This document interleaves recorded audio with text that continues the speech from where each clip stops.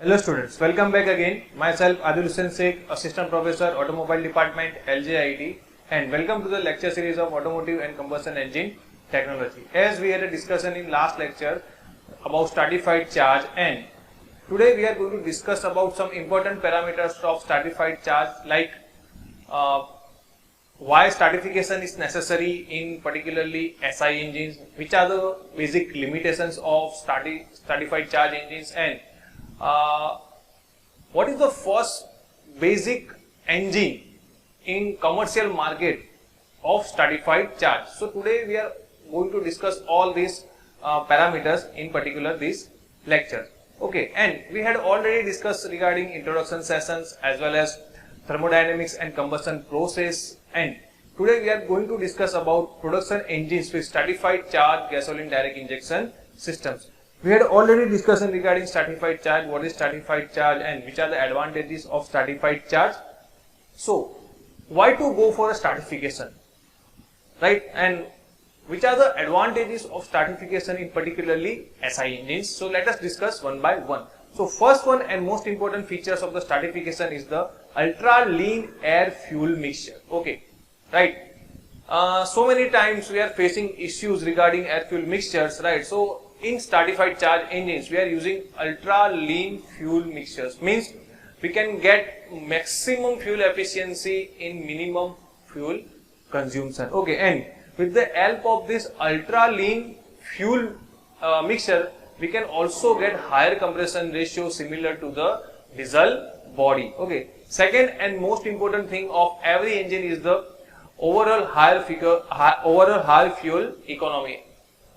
Everyone wants higher fuel economy in particular engines, right? So stratification gives better mileage, particularly in terms of indicated power, in terms of brake horsepower, and also it can increase the fuel efficiency, and it will also going to decrease fuel consumption, right? Third one is the gain in the thermal efficiency. Okay, right? We all know that there is only 33.33% efficiency of particularly IC engines, and mainly major parameter is of the particular IC engines directly affected to the power is its thermal efficiency, right? Because maximum heat produced while the combustion process, and if we control this particular heat during the combustion process, we can get maximum power output. So main advantage of this stratification is the gain in the thermal efficiency, right? So we can get maximum thermal efficiency in this particular engine. Okay, most important things, increase compression ratio. Whenever compression ratio is increased, ultimately we can get high pressure output, and with the help of this high pressure output we can get maximum mean effective pressure, and with the help of this maximum mean effective pressure we can get higher indicated power in particularly combustion process. Okay, but major disadvantage of this particular stratification is that whenever we are going to increase this compression ratio, at that time we are also facing some issues of knocking in particularly combustion chamber. So these are the main advantage of stratification compared to the naturally aspirated engines. Most important thing is that lower temperature at which the fuel is sprayed, and this leads to the reduction in fuel consumption, because we all know that there is a evaporative cooling in particularly stratified charge engines, and with the help of this evaporative cooling, or we can say that it's the internal cooling, with the help of this internal cooling, overall temperature of the combustion process is quite lower compared to the naturally aspirated engines, and with the help of this lower temperature we can get maximum fuel efficiency, and or we can say that this lower temperature leads to the minimum fuel consumption. Okay, this is the main advantage of stratification, right? And most important thing, whenever we get higher thermal efficiency, at that time we also get decreased heat losses. Okay, means our cooling systems and lubrication system work properly while we have low operative temperature range. So these are the main advantages of stratification, and because of these advantages we have to go for a stratified charge engines, or we can say that we have to go for a stratification process. Okay, now in stratified charge combustion we are going to compare fuel efficiency, right? So you can see in diagram that normal engines and stratified charge engines, right? So compared to normal engines, stratified charge engine gives 70% fuel consumption, right? So that means say that we can directly save 30% of fuel in this particularly engine. So this is the main advantage of stratified charge in particularly GDI body. Ultimately, GDI body works on high pressure range, and with the help of evaporative cooling, we can directly get minimum temperature range in combustion process. Ultimately, this leads decreased fuel consumption and increased fuel efficiency. So you can see in diagram that fuel consumption on particularly normal engines and stratified charge engines is quite different, right? Ultimately, we can save 30% of fuel consumption, right, in particular stratified charge engine. And main advantage of the stratified charge is that its engine downsizing also, right? With the help of engine downsizing, we can get optimum parameters while combustion process, while using in combustion process, and this lead to the maximum saving of fuel. So these are the basic advantage of stratified charge combustions. And now, which are the limitations of stratified charge? The first one is the significantly higher hydrocarbons at medium load.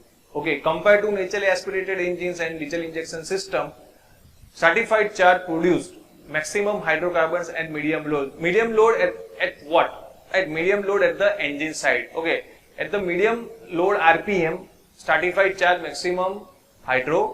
stratified charge produce maximum hydrocarbons. And second thing is the NOx emissions is comparatively high. Okay, we cannot say that it's too much high, but we can say that it's comparatively high in stratified charge engines.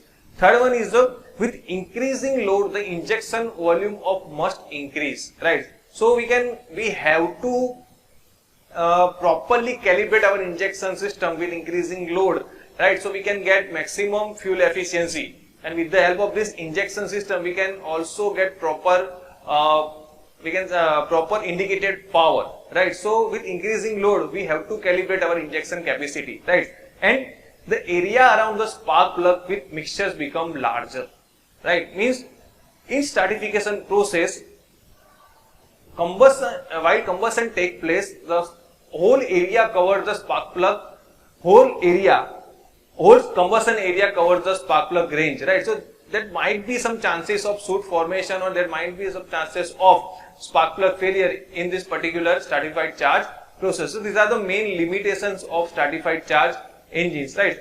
And last one is try to increase the velocity and swirl of the intake charge in keeping the rich and lean mixture separated. Means we can say that we are in stratified charge, we are using second generation engines or wall guided systems. Particularly in wall guided system, we can produce swirl in particular combustion chambers, and we can also separate particularly air and fuel formation for some particular moment, right? So with the help of this, we can get maximum efficiency, right? But in stratified charge, this is the main lacking point, that we have to maintain proper lean mixture ratio, right? And last thing is that in earlier days, Honda going to be produced stratified charge, right? Means very first in 1970s era, Honda launched its model of Honda Civic CVCC range. CVCC means compound vortex control combustion, was the first stratified charge engine launched by the Honda cars in 1972 to 1980s, right? So this is the main thing which arises from stratified charge, that Honda launched its first model with stratified charge in 1970s era, and till date we are going to have so much variation in stratified charge project with TSI technology, TFSI technology, as well as we can say that we have nowadays directly GDI system involved in stratified charge engines. So this is the main we can say that in 70s era, most probably companies going to look for a stratified charge engines. So this is it for the particular lectures, and in next lecture we are going to discuss about control auto ignitions and their parameters. Till date, stay home and thank you.